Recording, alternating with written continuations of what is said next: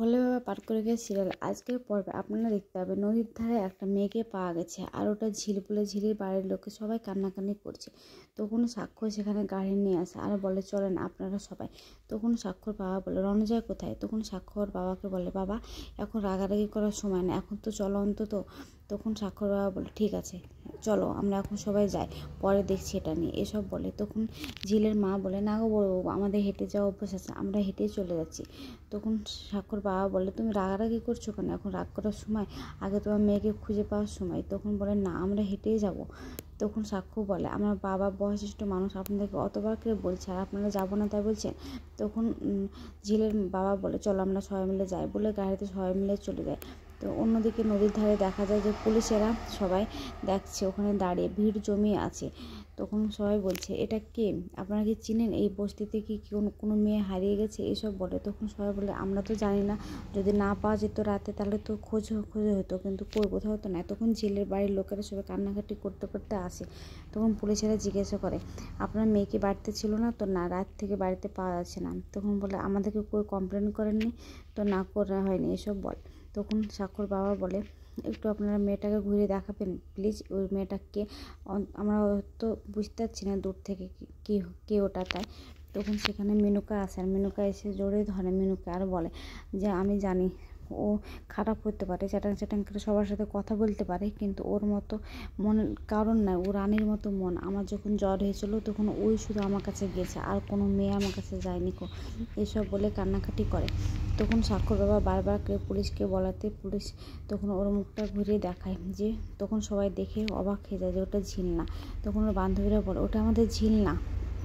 তখন ওর মা কান্নাকাটি করে আর বলে যে ভগবান কার খালি করে তুমি নিয়েছো আমরা জানি না কো, কিন্তু আমি বলছি আমার মেয়ে তাহলে কোথাও নিশ্চয় কোথাও না কোথাও আছে, ঠিক আমি তাহলে একটা খোঁজার আশা পেয়েছি, চলো আমরা সবাই মিলে তাহলে খুঁজতে যাই ওকে তা বলে। তখন ওর বাবা বলে হ্যাঁ চলো। তখন ওরা সারাদিন অন্য হয়ে খুঁজো কোথাও পায় না কো।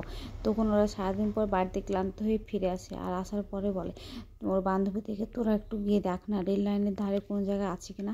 তখন ওর বান্ধবীরা বলে আমাদের বন্ধুরা তো গিয়েছে, দেখি ওরা যদি না পায় তখন আবার আমরা যাব। তখন ওর বোন বলে যে কি তোরা কি কোনো খোঁজ পেয়েছিস? না, কোনো খোঁজ পায়নি কো।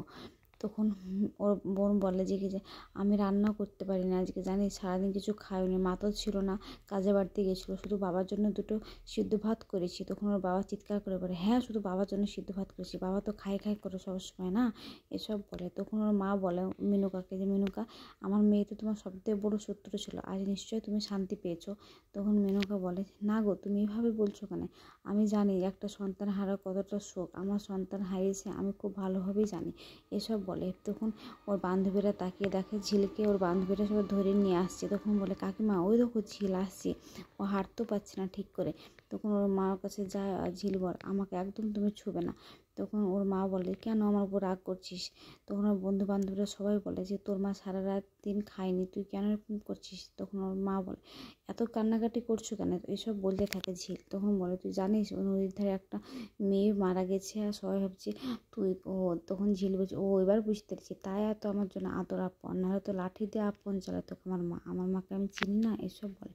তখন ওর বাবা ওর কাছে যায় আর বলে তুই জানিস তোর জন্য সারা রাত আমি ঘুমাইনি, সারা রাত আমি খাইনি, সবাই ভাবছে যে আমি খেয়ে নিশ্চিন্তে ঘুমিয়েছি, কিন্তু না, আমি না খেয়ে চুপি চুপি ভাতগুলো বাইরে গিয়ে ফেলে দিয়েছি। তুই তো জানিস আমাদের অভাবের সংসারে ভাত ফেলতে গেলে আমাদের কতটা মায়া লাগে, তবুও আমি খেতে পারিনি, চল আমরা বাবরিতে খাবো সেই ছোটোবেলার মতো, তুই যেমন ছোটোবেলায় নিয়ে উঠেছিলি, আমি কোথা থেকে আসতে ছুট্টে আমার বুকে চলে আসতিস, আর আমি তোদের জন্য কিছু আনতে না পেরে দুটো ছোটো ছোটো চকলেট নিয়ে আসতাম, চল মা আজকে আমি তোকে খাইয়ে দেবো। তখন ওর বড়ো মেয়েকে বলে আমাদেরকে দুটো ভাত দে, এসব বলে, আর দুজনে কান্নাকাটি করে।